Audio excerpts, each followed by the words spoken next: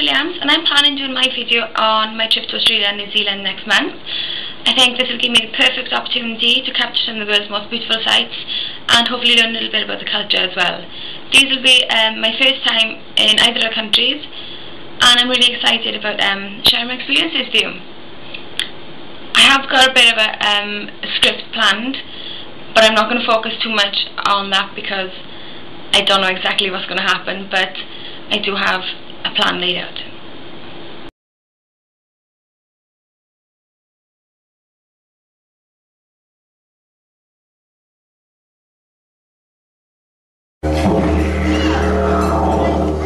Australia is home to some of the world's most beautiful sights, one of which is this, the Great Ocean Road. It's a 151-mile stretch of road along the southern east coast of Australia. The road was built by returned soldiers between 1919 and 1932 and is the world's largest war memorial. Here is where you'll find the 12 Apostles. Despite their name, there only ever have been 9. Due to erosion, only 8 stands today.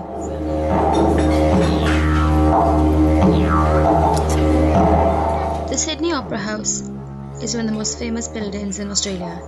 It was built in 1973 and is one of the most famous performing arts centres in the world. Directly opposite is the Sydney Harbour Bridge. At 134 metres high, the Sydney Harbour Bridge climb is a very popular tourist attraction.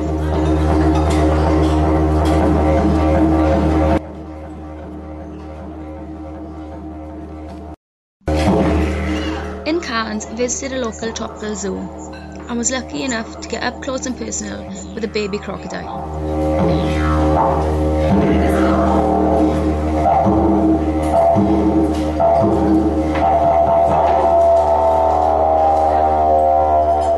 I also had the chance to see some adult crocodiles. Here I am feeding one of them, a dead little chick.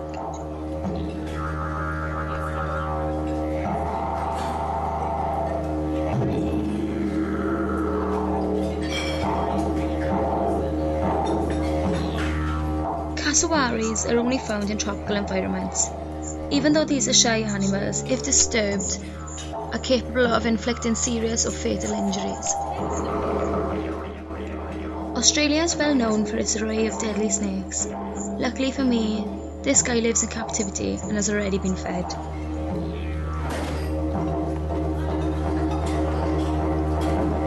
Kangaroos can only be found in Australia, and because of this, they have become the unofficial symbol of the country.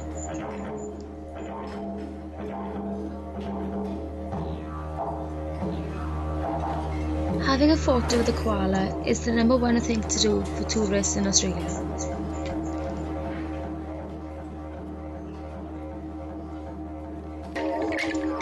Aboriginal people are people whose ancestors were indigenous to the Australian continent. They have their own language and their own culture, but in the modern day, most are seen as outcasts.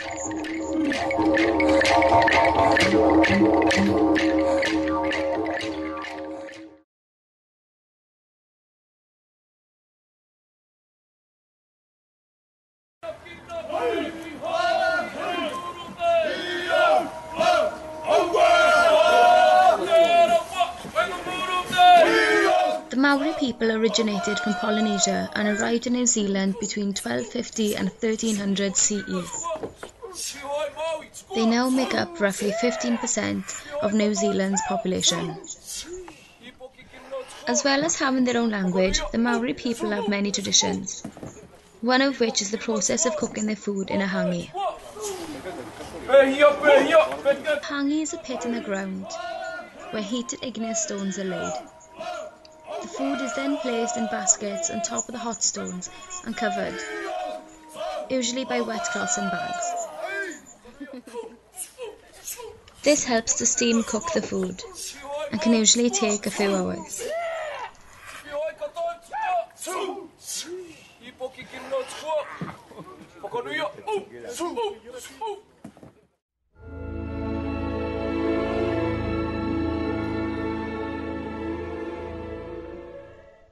Geysers are generally associated with volcanic. As the water boils, The resulting pressure forces a superheated column of steam and water to the surface through the geyser's internal plumbing. The one on the right is called the Prince of Wales Feathers.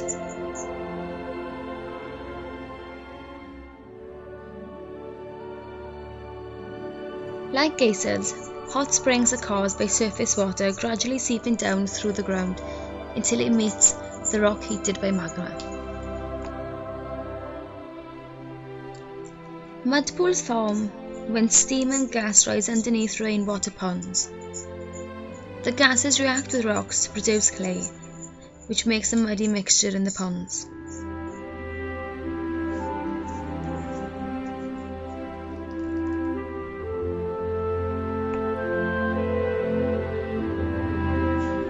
New Zealand is also the magical location where the Lord of the Rings film trilogy was filmed. Scenes from The Hobbit was also filmed here earlier this year. With its green pastures and rolling hills, it's easy to see why this dairy farm in Matamata was chosen to portray Hobbiton and the Shire. So, how are you feeling, Alice? I'm scared.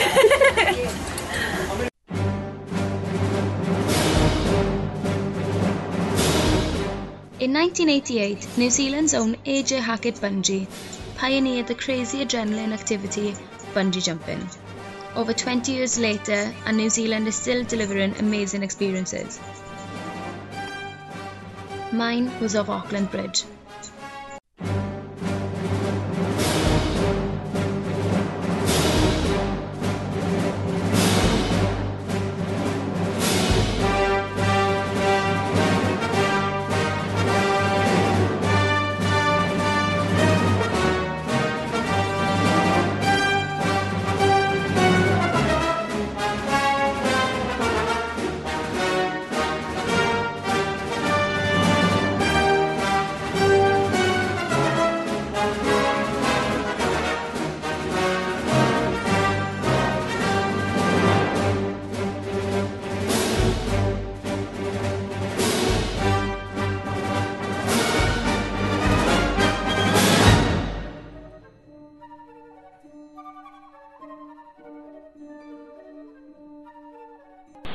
Okay, so I'm back from my trip and I caught some really good footage.